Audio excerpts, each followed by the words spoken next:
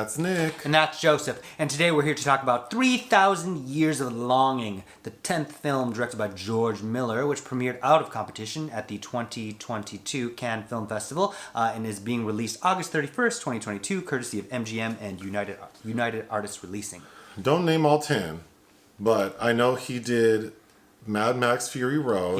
And then he did a Mad Max movie from like 87. Oh my God. He did the first 3 Mad Max films. Mad Max Fury Road is the 4th film. Oh, he did all 4? Mm-hmm. Okay. Yeah, he directed Ms. Tina Turner as Auntie Entity. Well, there you go. He also did The Witches of Eastwick, which is being remade. Oh, I didn't know that. Yeah, Lorenzo's Oil with Nick Nolte and Susan Sarandon. The Happy Feet films. Is that a cartoon? Yes, with the penguins. And I think Babe, Pig in the City, the sequel to Babe, he directed. Oh, what an interesting catalog. Okay. He is an interesting person. I think I still haven't forgiven the jury selections awards from the 2016 Cannes Film Festival. Oh, Lord. In which he ignored Sonia Braga, Isabelle Huppert, and Sandra Hüller. But oh well. I think I would say I loved this movie. Which I'm very surprised to hear. Yeah, I was fully engrossed, somewhat emotional, pleasantly surprised. Because when I read the basic premise, I wasn't sure that it would be as sort of magical as it is. And then the approach is so different from what we would expect. Mm-hmm. So the basic story, I mean, it's about a woman who gets a genie's bottle and is granted 3 wishes. Okay. Basically, yeah. So the woman is Tilda Swinton. Alithea. She is a narratologist. Narratologist. She's a literary scholar. Mm-hmm. So we find her having traveled to Istanbul to do like a speech for work. A seminar. And it's made clear very early on through her narration. She starts the film saying that this is a true story, but no one would believe it. So if I say it's a fairy tale, then people will receive it. And she explains that she's basically like a loner. Like she likes her solitude, period. So she's in Istanbul after her little work event, which some things happened during that but we'll get to that.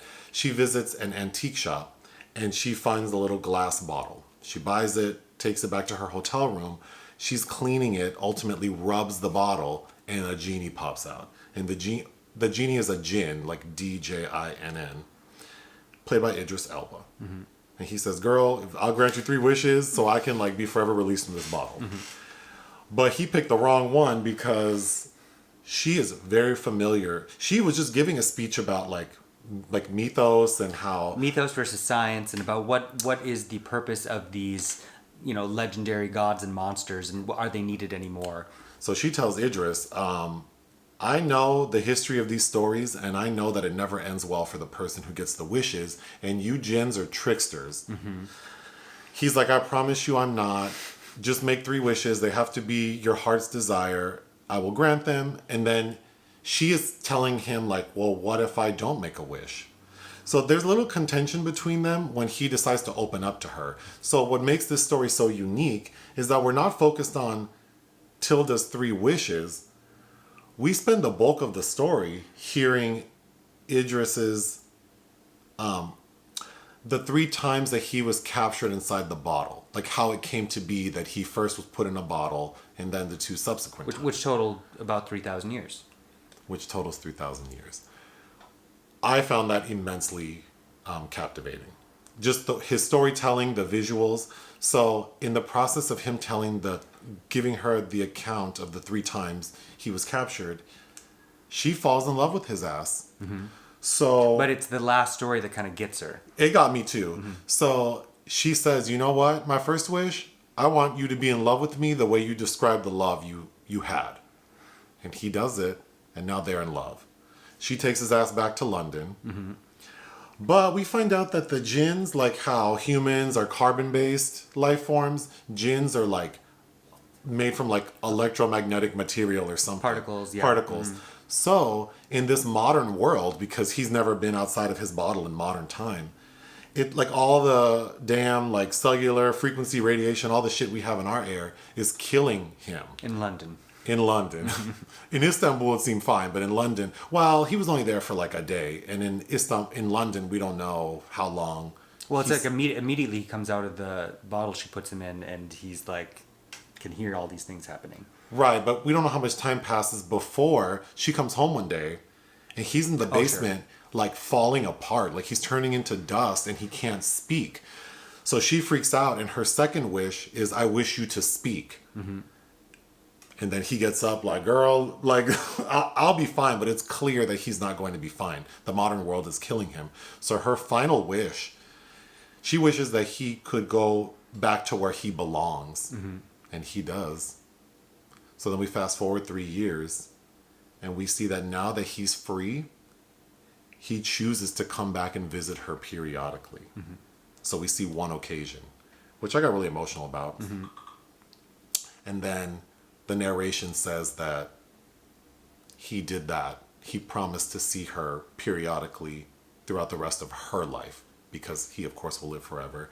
And then we finish with her, like, she has written this book, like her fairy tale. Which mirrors something she did as a child when she conjured an imaginary friend that kind of helped her, because she had asthma and would visit her. We can get to that, yeah. But yeah, I was so impressed by the way the story was told. I was so impressed by the angle of the story.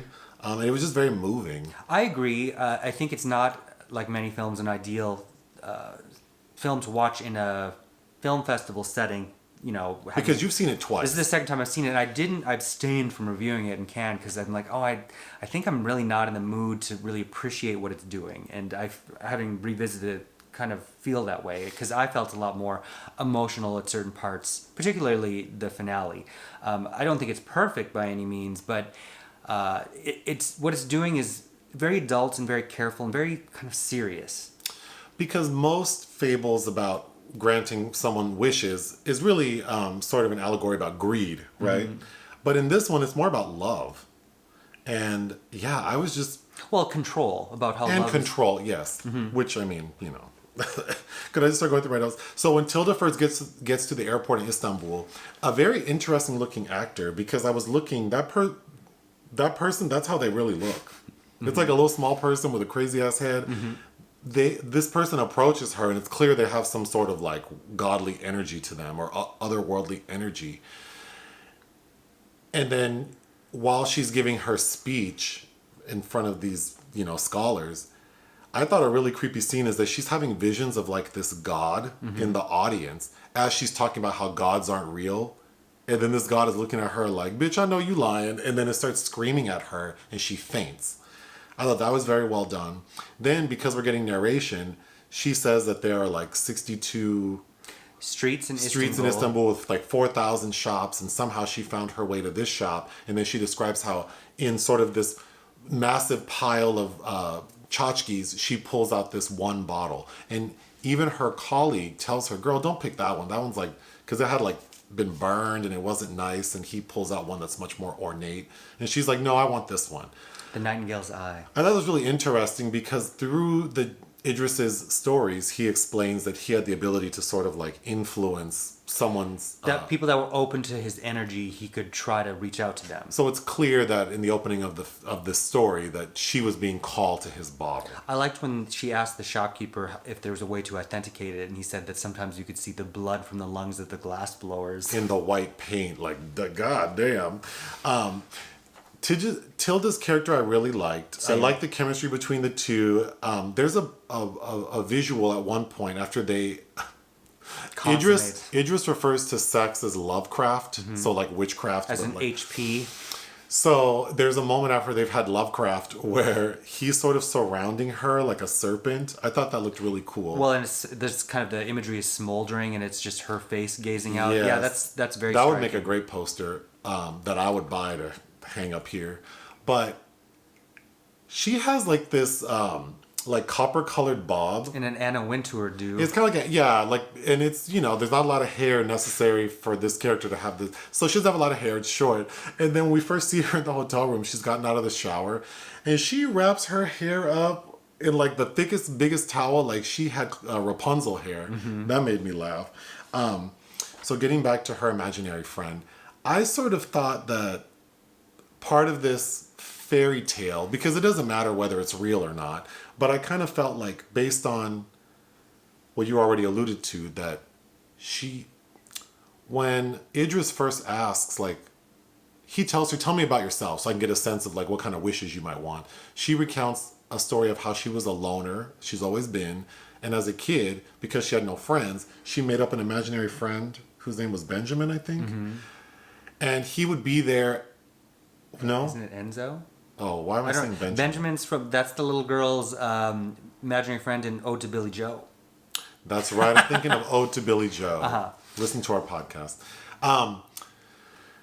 That this imaginary friend only sort of popped up when she needed comfort because she has asthma. So she would say, like, whenever I had asthma attacks, he'd come and comfort me. So I kind of felt like in the end, I get the sense that if this is a fairy tale and it's all in her mind, that Idris's character was that for her as an adult. Well, because she had this very similar to the book she writes about the Djinn, about her imaginary friend that she tossed in the furnace at school and burned it because she grew to an age where she felt silly thinking about it, but now has kind of reverted to, it's about the need to, she says she finds feelings through stories, and it's kind of that need for escapism, and it's okay to embrace that. Okay, the 3 times Idris's character was trapped in the bottle. So the first time, so they're kind of like chaptered in the movie. So the first time it's called A Djinn's Oblivion. So that story, basically... He's Queen Sheba's cousin. He is Queen Sheba's cousin. And let me tell you something. He, because of course the image we have of the Queen of Sheba is that she's this stunning woman with darker skin. And child, they weren't lying because Tilda asks him, was she beautiful? And Idris goes, she wasn't beautiful. She was beauty. So of course I'm like, oh my God, what does she look like? Oh, she's beautiful. Oh my God. Yeah. I mean, clearly there has to be some enhancements to this actor. But, I don't know. Well, because they paint her like, they paint her to look like she's almost like glowing with gold. Sure, like his fingertips. Yeah. Oh my God. Just like this stunning, stunning presence. But anyway, he was in love with her, so in love with her. But then King Solomon, who also has like godly powers, wants the Queen of Sheba. And she tasks him. It was such a fun watch, like hearing the story of how King Solomon got the Queen of Sheba. And then I was really struck by when the Queen of Sheba finally entertains Solomon, like says, yes, he can come to my palace. He plays a song for her, and he has this instrument that is like... alive. I thought that was like beautiful. The music, it was captivating. And then, of course, wins her heart and is able to lay in bed with her. And then when Solomon realizes that the Djinn is like out there, Idris, he captures him in a bottle. So they tell that story. And then he talks about how, because Tilda asks him, what was it like to be, because he cast him in like the ocean and he's in there for 2,000 years. And she asks, like, what was it like? When you weren't sleeping. And then he talks to her about what it was like, which is basically like hell. I thought that was very effective. Djinn don't sleep. But what's notable are the small ways he's trying to hook her, because Alithea is acting like she's all pious and has nothing that she could possibly wish for. She's everything she wanted. She won't be tricked. But with each story, he's trying to find a way to hook her. And in that one, he said, well, Queen Sheba tasked Solomon with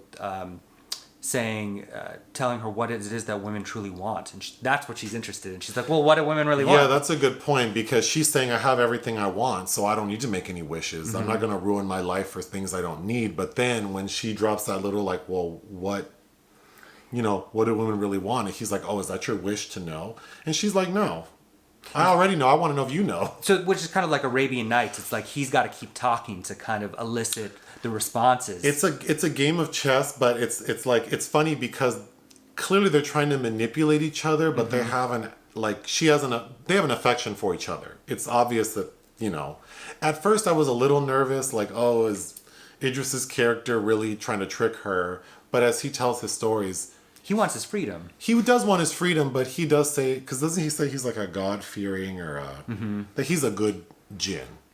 Okay. Go ahead. Oh, go ahead. The second time he was captured, that sequence is called Two Brothers and a Giantess. So it's like this prince. So, 2,000 years later, this bottle is retrieved from like a fishing net from the bottom of the ocean. And basically it tells the story of this prince who became power hungry. And there's all this like all the politics of this empire, which was super fascinating. And it's like these two brothers, and the one brother was like, what's the, like, I'm trying to find a nice word. He was fat and lazy. He was a large man. Well, the one Murad is the one that can kind of sense the presence of the Djinn, but goes off to war and then becomes so traumatized. He's blood hungry when he comes home. And the mother locked away the other brother because they needed an heir, if possible, and basically put him in this den of iniquity. And he liked big ladies. So there's a lot of, I think they're credited in the film as corpulent women. But the point of that story is that when the prince was young, that's when Idris met him. He convinced him like to find his bottle because his bottle was like buried in some concrete. But then he got distracted, and then years and years passed before he could get him back. Oh, and it got buried there because of Gultan. So the reason it's called the giantess is because all those corpulent women who the brother liked to have sex with, one of them one day is like taking a bath in that area, and she's a big lady, like probably like 400 pounds. She like slips and falls and like breaks the concrete, and then she finds the bottle, but then she casts him away because this woman knows that Djinn are like bad news. So then he gets cast away for another sequence, and then the final sequence is the one that really convinces Tilda she wants to be in love, and that one's called The Consequences of Zefir. And Zefir is this woman who, when she was like 12 years old, was taken as like a mistress or a concubine to this old man. His third wife, yeah. His third wife. And everyone treats her terribly. His other wives, all the servants, they all think she's a joke because she's kind of like abnormal. Like she has social anxiety, and she becomes angry suddenly, but she's super smart. And one day that old man gives her Idris's genie bottle, which made its way to him through the belly of a fish. That's right. And she releases him, and they slowly fall in love because he starts to learn more about her and realize that she's super smart. So her first wish is that she wants all of the knowledge. So he procures her every book, and while she learns more and more, he falls more in love with her, and then she learns she's mastered lovecraft, so like she's really good at having sex. So he's just like enamored by her, but the more powerful she becomes with her mind, because her second wish is that for her to be able to like dream while she's conscious. So basically like expand her mind so she can solve bigger equations. So she basically becomes like too smart, and she feels like he's controlling her. So she wishes in a fury that she had never met him, and that's how he gets cast away again. But the way he talks about how he loved her and how he loved being able to make her happy is what wins Tilda over. And I think it was that story that was so moving. Found out what she wanted. It also becomes apparent that both of these people, the keeper is equally a prisoner in the situation. Yeah. Okay, a funny scene is when Tilda says, after her first wish, like to be in love with Idris, and he makes it happen, she has to go back to London. So she puts him in like this little crystal salt shaker. So when she goes to the airport and TSA stops her at the x-ray machine, she has the crystal in her pockets, and they're like, it's not passing the x-ray. We have to like take it and put it in the what do you call that thing? The conveyor belt x-ray. And she's freaking out. I thought that was actually a good scene. Because it's obvious that she's trying to be careful with it because he's in there, but she looks crazy. Yeah, and she's keeping the top off like he needs oxygen. I thought that was a really fun... I think why I like this movie too is it's... Even though it's sort of adjusted for the modern era, it's still... I don't know, the way the story makes sense with... Because the bulk of what we see is really flashbacks to when Idris was captured. So like 60% of the movie is set in the past. And that's really where the magic of the film feels. Because as soon as they get to London, the energy does change a little bit. It does. It does. And she has these two old ladies that live next door that are racist. Xenophobic, racist. And there are two scenes with them. One that's kind of showing that if you are confronted by what you're afraid of, you're not going to be as hateful. But I don't know, that was so obvious and basic, and I don't even know that we even need that. I wrote down, there's a moment when we see Tilda typing on her MacBook, and she's typing with one finger. I saw you write down a note. I'm like, I knew you were going to. And I wrote, you know what? One of her wishes should be that she can type with two hands. I can't believe that she's a literary scholar. She's like a writer. And she was hunting and pecking. Mm-hmm. Girl, your first wish was to type 120 words per minute. Okay.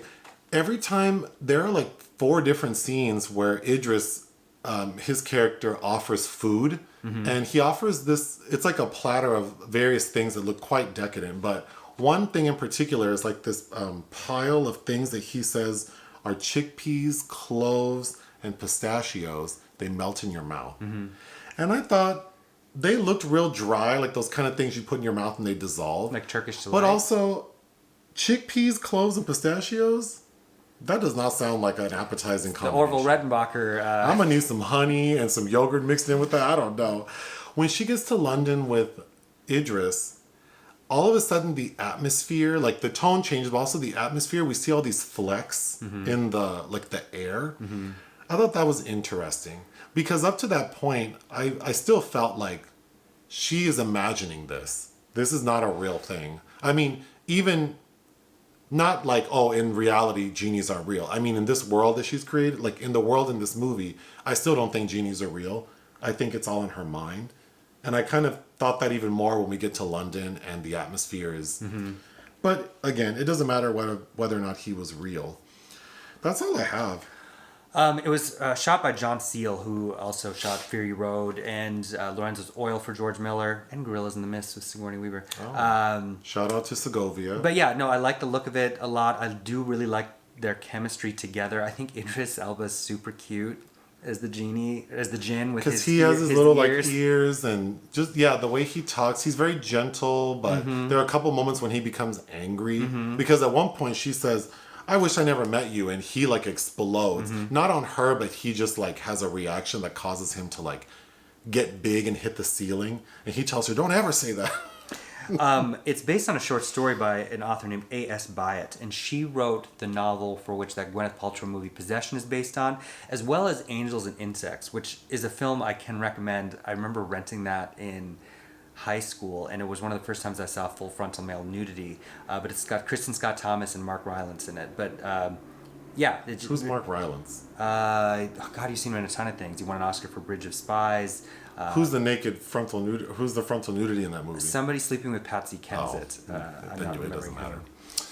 I think this movie's not going to get the attention it deserves because I wrote down another note was that this to me is like if Harry Potter or like Marvel movies were like made like this, like adult, like you can still have these sort of mythical themes and it can still look magical. I mean, there's a sequence where it looks very much like Doctor Strange, where the world is like, but just make it adult. And I know that that's not what those movies I reference are trying to be, but like, I think I love this so much because often like fantasy type movies don't appeal to me because they feel kind of juvenile and basic. And then this really felt like something that I could sink my teeth into, that still took me to a magical place, that could still have all the fun things people like, but then actually have like an adult story. Mm-hmm. No, I very much And then I could go on and on about what I think it says about love, but I don't think we have time for that. Mark Rylance, we've reviewed several films with him. Do you remember The Man with the Teeth and Don't Look Up? Don't Look Up. Oh, he's in something else. Many things. The Johnny Depp film, The Barbarian. No, something newer. It'll come to me. But not in this video. That movie with Zoe Deutsch that we didn't review? God, what was the name of that? Anyway. What would you give this movie? 3.5. I would give it 4 out of 5. I thought it was excellent. I would absolutely watch it again. I would highly recommend it. Mm-hmm. Yeah, no. Tilda, Idris, George Miller, despite his tastes. God. Anything else? No. Hit the thanks button. Listen to our podcast. Bye.